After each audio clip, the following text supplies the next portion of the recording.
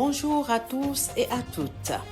Aujourd'hui, nous vous amenons à la découverte du Centre national de documentation scientifique et technique CNDST du ministère de l'Enseignement supérieur, de la Recherche et de l'Innovation. Le CNDST centralise, gère et diffuse l'information scientifique, technique et administrative pour soutenir la recherche. Le Centre national de documentation scientifique et technique a essentiellement pour mission d'appliquer la politique du gouvernement en matière d'information et de documentation scientifique et technique, de coordonner l'action des organismes du réseau national d'information scientifique et technique du Sénégal, de promouvoir les actions d'intérêt renforçant la diffusion de l'information et des données scientifiques et techniques, et surtout de valoriser la production scientifique des universités et des centres de recherche du Sénégal. Le centre n'a pas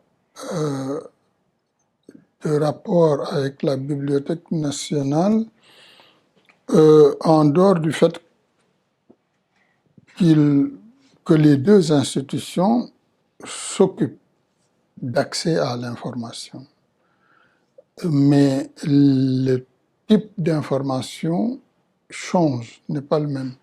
Une bibliothèque nationale a pour mission de collecter l'ensemble de la production faite sur le territoire, la production de documents faite sur le territoire.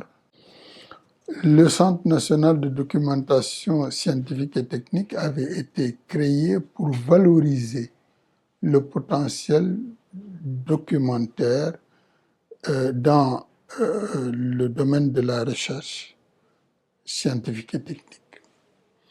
C'est une salle qui est gérée par Madame Seck, qui s'occupe de la gestion des documents. Vous savez, dans l'administration, la prise de décision dépend des informations. Toutes ces informations donc, sont calées dans des documents organisés qu'elle gère avec M. Sen. Donc, c'est pour faciliter la prise de décision. Donc, si vous voyez ce qui est là, c'est ce que nous souhaiterions avoir dans l'administration, comme elle le fait ici. Je fais le tri d'abord, ensuite le classement et enfin, je fais la mise en boîte. En ce qui concerne le tri, bon, on peut le faire de deux manières, c'est-à-dire le tri par thématique ou bien par date. Et ensuite, le classement. Le classement, bon, vice-versa, on peut le faire aussi de deux manières. On peut prendre par thématique et aussi par date. En ce qui concerne la mise en boîte, bon, cela va nous permettre de faciliter la recherche.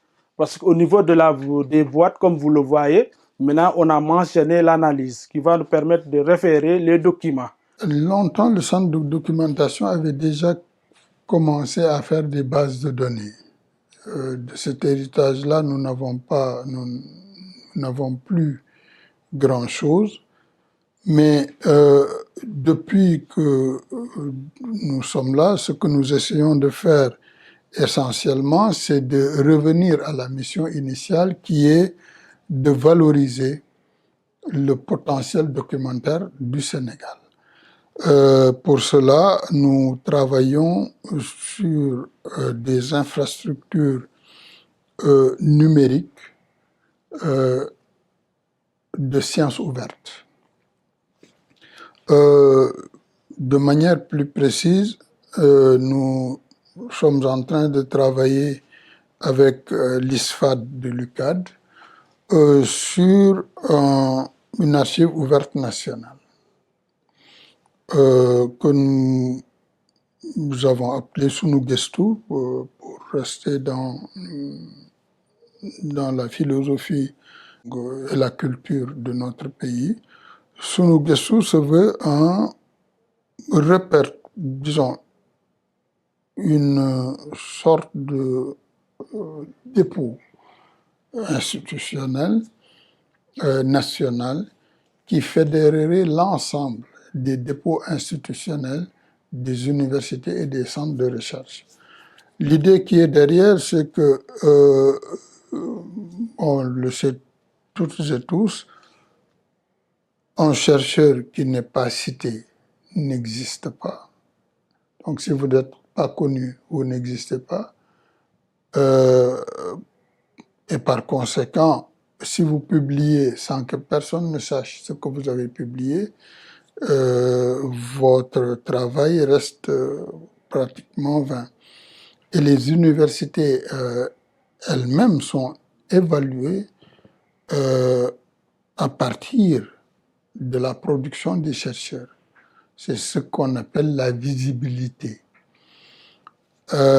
Rendre visible la recherche, c'est avant tout la référencer et l'offrir en accès ouvert sur des plateformes qui peuvent être institutionnelles ou nationales. Des fiches des chercheurs, établir un répertoire national avec les domaines de recherche, et tout cela peut être couplé à leurs publications, aux données qui ont servi à faire ces publications, etc. etc. Donc ça, c'est l'un des projets phares sur lesquels nous travaillons avec l'ISFAD. L'ISFAD nous aide également à utiliser l'intelligence artificielle pour mieux exploiter les données qui seront dans l'archive ouverte, dans un truc, un concept qu'ils ont appelé Hel Biblio, Hel comme intelligence, Biblio, sorte de chatbot qui servirait uniquement à visiter notre production pour éviter les hallucinations des intelligences artificielles génératives. Donc ce projet-là, on est assez avancé là-dessus.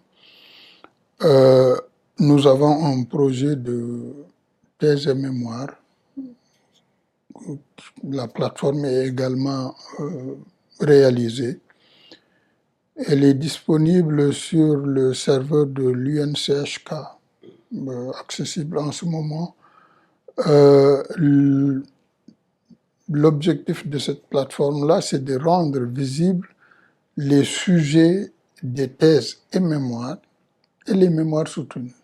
C'est-à-dire qu'on voudrait que dès qu'un étudiant sénégalais prend un sujet, quelle que soit l'université dans laquelle il se trouve, que ce sujet-là soit visible au plan national et international, qu'on sache qu'il travaille avec tel prof, il travaille sur tel sujet, et ça va éviter les duplications, parce qu'on va avoir plusieurs universités, on en a déjà plusieurs, 8.